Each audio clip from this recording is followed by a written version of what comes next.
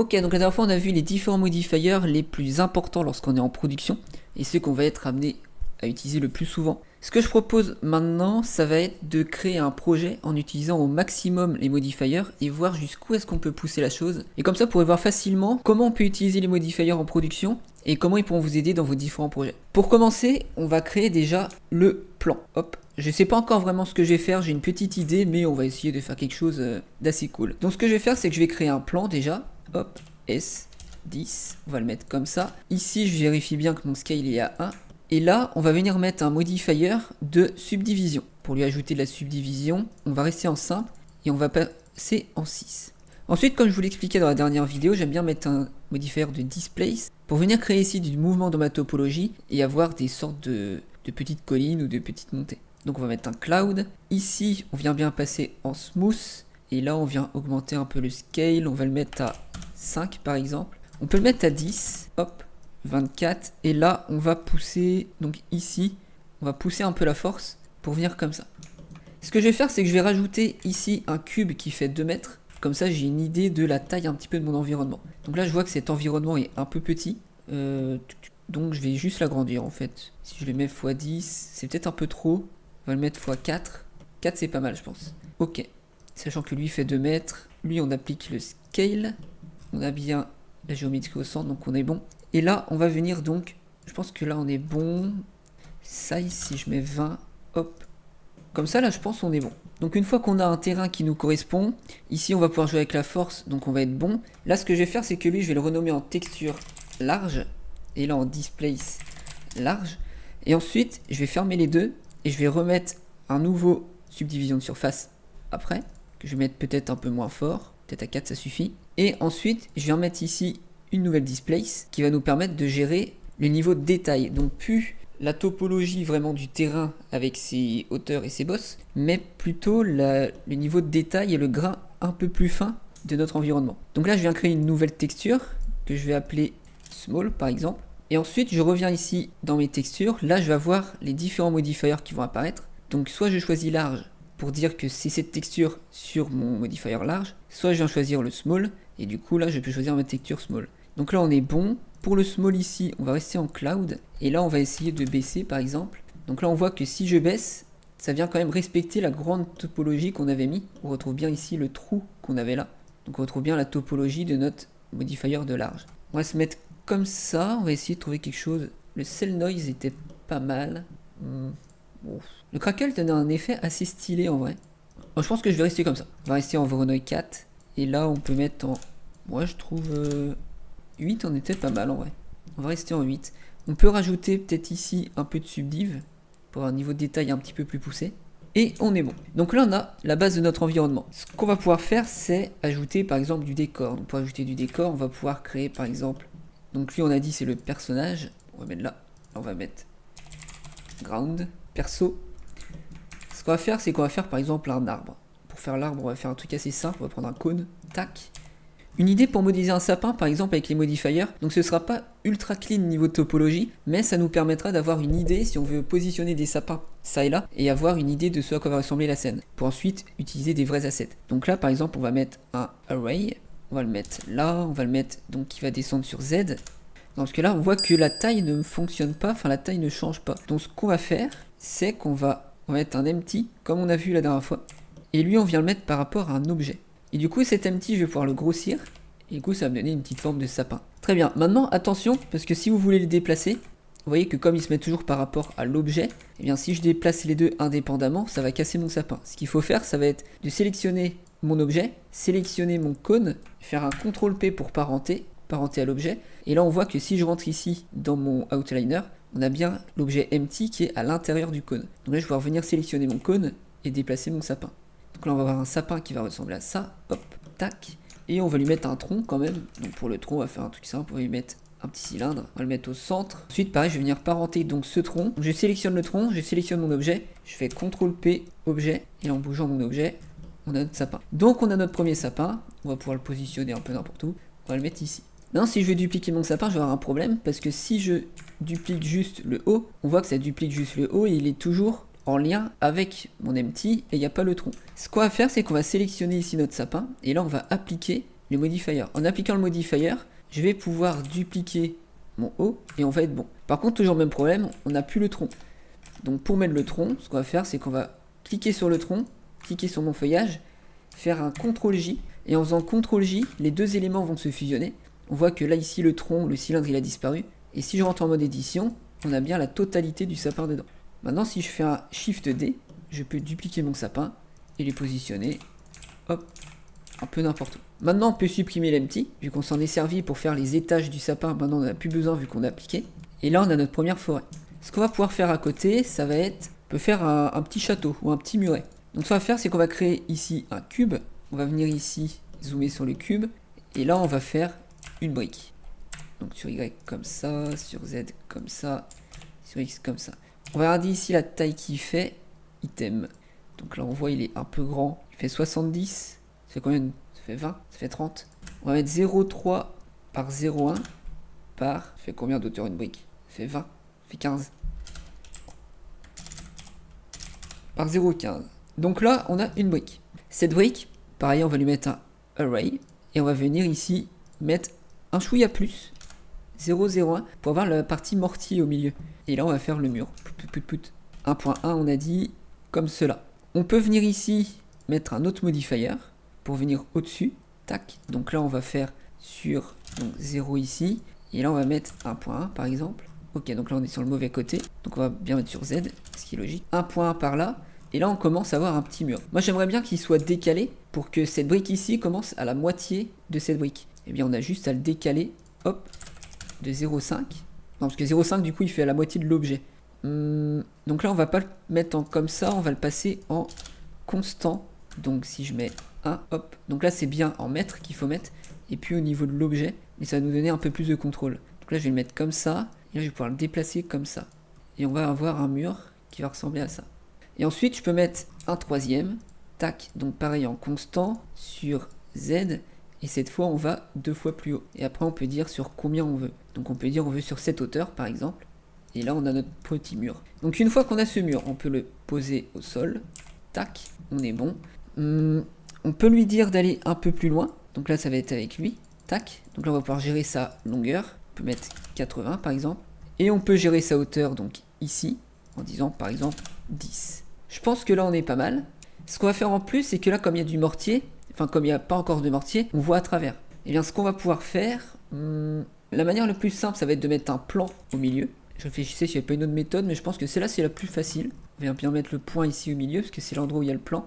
Et ensuite, on vient comme cela, pour aller au bout du mur, comme cela. Hop, on prend l'arête du haut, on la monte. Pour la du bas, on la baisse. Et là, on a la partie mortier. Donc on voit bien pas à travers. Si on voit que c'est trop profond, hop, on rapproche un peu. Et là on est bon. Ensuite ce mortier, je vais venir le sélectionner. Et pareil, je vais sélectionner mes briques. Et je vais faire un CTRL P, objet. Et comme ça, en sélectionnant mes briques, ça va bouger le mortier avec. Maintenant on a un mur droit. Moi j'aimerais bien avoir un mur qui va faire soit une enceinte, soit une tour carrément. Donc avoir vraiment des briques qui vont faire un arc circulaire pour pouvoir les utiliser comme ça. Donc pour ça on va utiliser un modifier qui va s'appeler le Simple Deform. Donc je vais récupérer ici mon mur. Hop, je vais mettre en vue du dessus. Je vais le poser ici par exemple.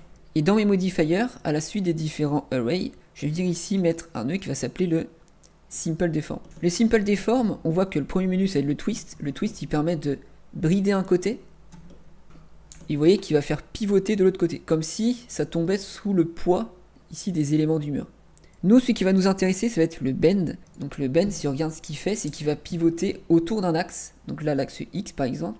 Si je pousse les degrés, il va pivoter autour de l'axe X. Nous, on veut qu'il pivote vraiment par rapport à l'axe Z, donc dans ce sens-là. Donc je vais en mettre Z, et là maintenant, si je pousse, hop, il va venir pivoter autour de l'axe Z. Nous, c'est ce qu'on veut. Donc ce que je veux, c'est une tour fermée, donc je vais mettre vraiment à 360 degrés. Et là, vous allez me dire que ma tour n'est pas circulaire, elle fait plus un ovale. Pourquoi elle fait un ovale? Parce que, si on regarde ici, dans les propriétés de l'objet, le scale, il n'est pas à 1. Et c'est là qu'on voit que c'est très important d'avoir les scales à 1 quand on fait des modifiers. C'est que, si ici mon scale n'est pas bon, ça va avoir un impact sur la déformation que les modifiers vont appliquer. Donc ici, on sélectionne notre objet, on fait hop, Shift S, non, CTRL A, Scale, et là, on a vraiment quelque chose de circulaire. Bien sûr, comme j'ai Scale, ça a déformé la déformation des modifiers. Donc je reviens ici dans les modifiers pour réappliquer ici ce que je souhaite. Donc là, je veux une tour qui est à peu près de cette largeur. Ici, on va regérer ici, là je pense qu'on est bon. On va gérer ici l'épaisseur de mon mortier entre chaque, comme cela, je pense que là on est bon. Et le mortier, enfin les deuxièmes rangées, non là on est bon, ça va être lui, hop, comme cela. 0,3, non, 0,32, je pense qu'on est bon, très bien. Là on n'a plus le décalage, donc je vais remettre le décalage qui était sur lui, comme cela. Donc un décalage de moitié, sauf que maintenant on voit qu'on a un trou ici. Et bien pour combler ce trou, on va jouer ici avec l'angle. Si je viens mettre l'angle au maximum, on voit que c'est bridé à 360. Mais par contre, Blender nous autorise à écrire à la main. Donc je vais mettre par exemple 363,5 et ça va venir combler le trou. Donc là on est bon, je pense que niveau largeur de tour, on est pas mal. Si vous voulez jouer avec sa largeur d'ailleurs, vous pouvez la gérer ici bien sûr. Bien sûr si vous gérez ici, vous faites attention parce que là ça va rentrer à l'intérieur. Donc il va falloir rejouer aussi avec les degrés ici. Donc nous là on était à combien? Comme ça? Je pense que comme ça on est bon. Je vais venir la décaler pour la mettre à cet endroit là, on va faire en sorte que ça rentre, là on est bon. Et on va pouvoir gérer sa hauteur, donc là je ferme les arrays, et la hauteur ça va donc être dans la troisième, comme pour le mur. On va juste augmenter ici la taille de la tour. On va le mettre comme ça. Maintenant j'aimerais bien avoir un tour de garde, de la même manière que ici, je vais créer un tour de garde de manière très facile, en faisant X rotation sur X comme ça, hop, on va se mettre comme ça, et on va modifier les arrays, donc là ça va être toujours celui qui gère la hauteur, donc la largeur du mur. Ici on va diminuer, on va se mettre comme ça par exemple. Tac. Et là on a un petit tour de garde. Très facile, très simple, très rapide. On est bon. On peut le mettre un peu plus long. Comme ça, ça me permet de rentrer ici dans la tour. Tout en venant ici au bon endroit. Voilà. Ensuite, donc lui on a dit qu'on voulait faire un tour de garde pareil, mais en haut et circulaire. Et bien pour ça on va récupérer notre tour. Et ici, dans le bend, au lieu de se mettre en Z, on va se mettre en Y. Et vous voyez qu'en Y, il fait comme ça. C'est pas très instinctif, je l'ai remarqué tout à l'heure en faisant des petits tests, mais vous voyez que c'est quelque chose qu'on peut très facilement utiliser. Après on fait juste une rotation sur X, hop, et on vient le positionner ici par exemple. Très bien. Ensuite, on va remettre un niveau de tour au-dessus. Et lui, je veux par exemple qu'il soit plus petit. Eh bien, on va venir ici diminuer la taille, hop. On va venir ici, donc c'était où? C'est lui, donc pour pousser un peu, au niveau des mortiers, vous voyez ce que ça fait. Cette tour, je la mets au centre, tac, et une hauteur quand même un peu moins. Ce qu'on peut faire, c'est renommer pour dire hauteur, largeur. Et lui, il permettait juste de mettre une deuxième ligne, donc on s'en fout un petit peu. Mais si je fais ça, ça retire la deuxième ligne à chaque fois. Ça permettait juste d'avoir un décalage. Donc on va gérer ici la hauteur, et on va la mettre par exemple à cette hauteur-là. Et on va mettre, hop, une qui va venir comme ça, qui va venir comme ça par exemple. Peut-être un chouïa plus grand, hop. Et qui, elle, va être beaucoup moins haute, donc on va venir comme cela. Ça peut être une idée. Hop là. Je pense que là on est bon. On peut mettre un cône tout simple au-dessus. Regarde si on est bien, tac, bien centré. On pourrait être beaucoup plus précis en utilisant le curseur, etc. Mais là l'objectif c'est vraiment de se concentrer sur les modifiers, pourvu qu'on passe trop de temps non plus sur d'autres choses. Donc là on est bon. Imaginons, là je trouve que le plancher il est trop fin. Ce qu'on peut faire c'est passer en mode édition, sélectionner le cube, et là si je fais SZ, il va grossir sur Z, et donc ça va agrandir ici, hop, lui là. Hop. Donc on va rester comme ça, là je pense qu'on est bon, on a une petite tour, on a nos sapins. Qu'est-ce qu'on pourrait faire d'autre? On pourrait faire par exemple une herse, imaginons, on va faire une porte, donc là on va mettre comme ça, on va lui mettre donc une largeur de 20 par exemple, on va le positionner ici, on va le positionner comme cela, et ensuite on va remettre un autre array ensuite, mais cette fois on va le décaler dans ce sens pour le mettre un peu comme ça. Que la porte je mettrais bien plutôt ici. Donc plutôt que de faire ça, on va diminuer ici. J'aimerais bien que la porte soit là. Donc là je pense qu'on est bon. Tac. Ici on est un peu trop éloigné. Donc je vais revenir comme cela. Hop. La hauteur de la porte, on va venir. Non, c'est pas lui. Donc hauteur, on a dit c'était le troisième. Hauteur, on a dit c'est le troisième. Donc je vais le baisser. On a une porte de cette hauteur à peu près. Lui on va le remonter pour le mettre hop, à peu près là. Et là, on va le mettre, donc on va retirer celui-là. Et ce que je vais faire, c'est que je vais faire juste le contour de la porte qui va venir jusqu'en haut. Donc on va juste prolonger. Donc du coup, ça le prolonge dans l'autre sens. Logique. Donc on va mettre en moins ici, normal. Très bien. On va le mettre ici, la hauteur, on va le baisser, parce que finalement, on s'arrête à 4. On va le mettre ici. Et là, on peut prolonger pour venir jusque là. Lui, on voit qu'on ne tombe pas vraiment aligné, donc on va essayer de l'aligner un petit peu plus. Donc là, on va venir comme cela. Très bien. Et maintenant, ce qu'on veut, ça va être donc faire une duplication de la tour. Et lui, pareil, tac, pour venir ici par exemple. Maintenant que j'ai tous mes murs avec mes briques, etc., j'ai envie ici que sur ma porte, j'ai une herse comme on peut avoir sur les châteaux forts, donc une grille métallique. Pour faire ça, ça va être assez simple, on va créer juste un plan. Ce plan, je vais venir le positionner, tac, tac. Avant, on va le rotationner sur X. Ici, je vais regarder à combien de degrés je suis à 38 degrés, donc lui, je vais le tourner pareil, 38 degrés. Voilà, comme ça, on est sûr qu'il suive. On va le mettre vraiment à l'échelle de la porte, donc pour moi, ça va venir jusque là. On va venir mettre la géométrie au milieu, et ensuite, on va venir ici dans les dimensions pour l'agrandir et la faire vraiment respecter la dimension de la porte. On va le mettre au milieu. Voilà, là, je pense qu'on est bon. Une fois que ça c'est fait, on va venir lui mettre un modifier qui va de subdivision. Donc on passe en simple et ici on va désactiver l'optimal display et on va passer ici en wireframe pour voir les différentes wireframes que ça va nous créer. Donc on va venir, je pense que là on a un quadrillage qui nous suffit. Donc on va se mettre comme ça et on va venir mettre le modifier de wireframe qui va venir mettre justement cette espèce de grille. Donc on peut gérer l'épaisseur de la grille. Si on veut un offset, nous on n'en veut pas, on s'en fout. Si on regarde, ça nous donne ça. Donc on a une petite grille. On est content, on est peut-être un peu large. Non, on est bon. Ok, donc là on a notre premier, on a notre base, on a nos petits sapins, nos châteaux forts. Ce qu'on peut faire, c'est de créer un petit personnage, très simpliste. Donc on va se mettre ici, on va mettre tout notre environnement là, hop. Bon, bien sûr, j'ai rien renommé, mais en général, il faut renommer quand même.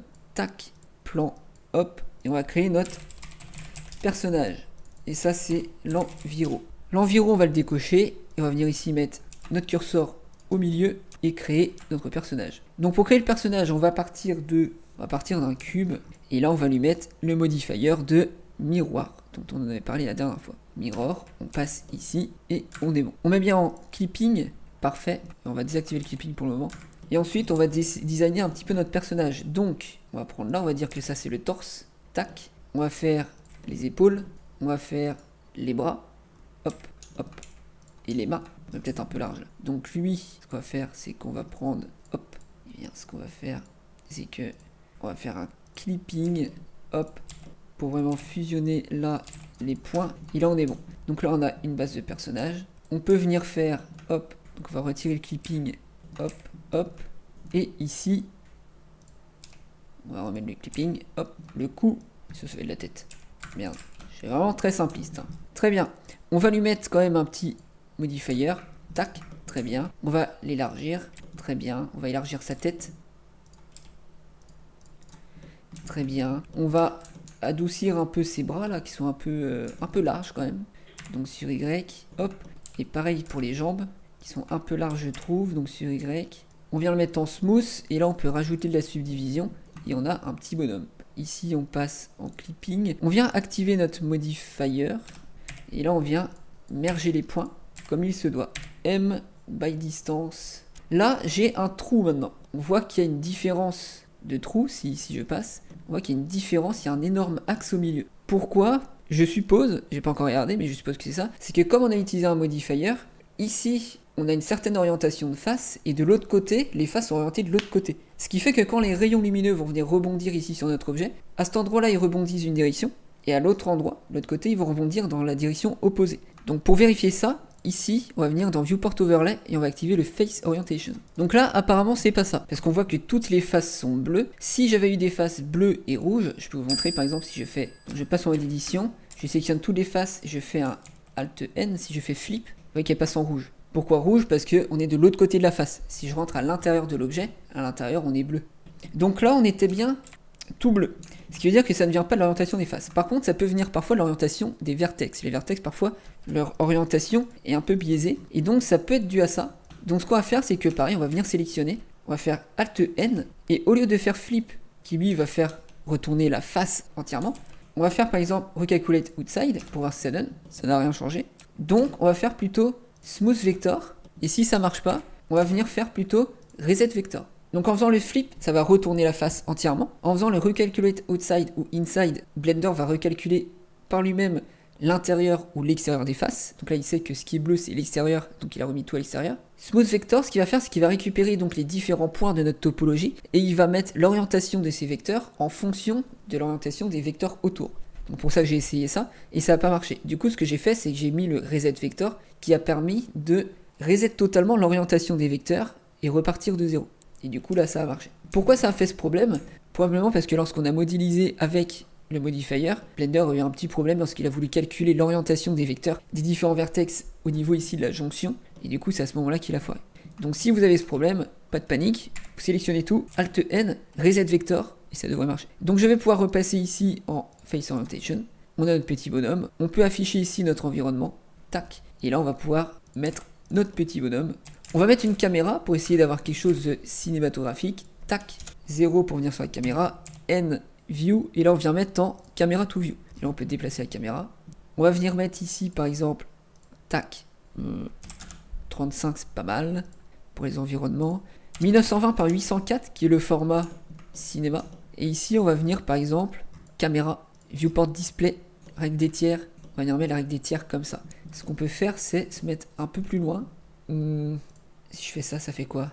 Ça peut être pas mal. On va voir le château en contrebas un peu. Hop. Quelle taille il fait mon bonhomme là? Item. Il fait 2 mètres. Ok, on va le scale, on va dire il fait 1m80. On va leur mettre 76.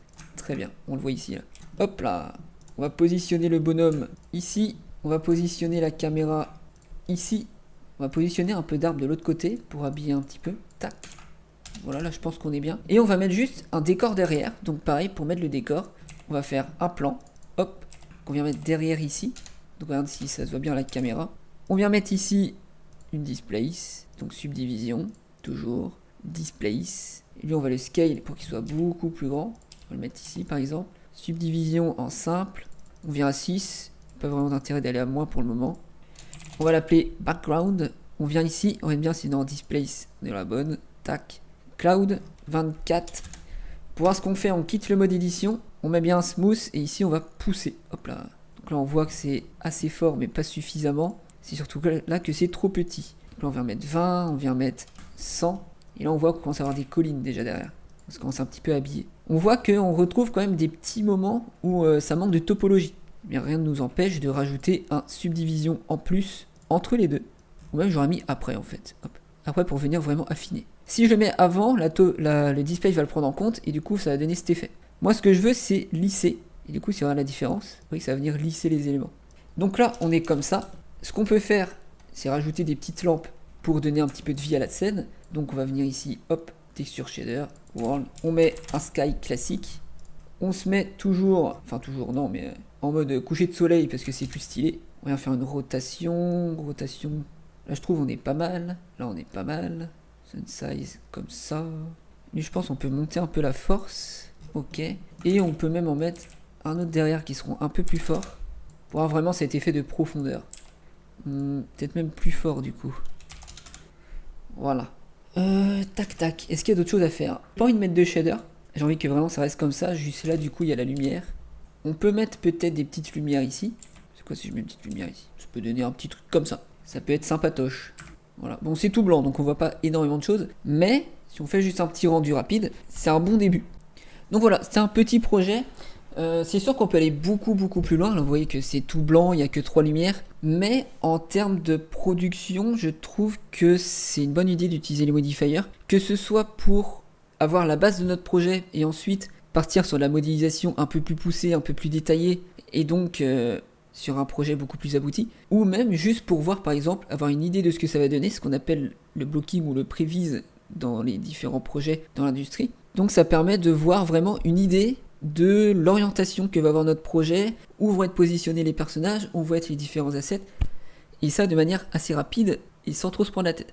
Donc c'est surtout ça que je voulais vous montrer, j'espère que ça vous a aidé à comprendre comment on peut utiliser les modifiers, comment on peut se simplifier la vie en les utilisant. C'est sûr qu'il y a beaucoup plus de modifiers, il y a beaucoup plus d'idées qu'on peut avoir, mais l'objectif là c'était de montrer les bases, et j'espère que ça vous aura aidé. Sur ce, je vous dis à la prochaine,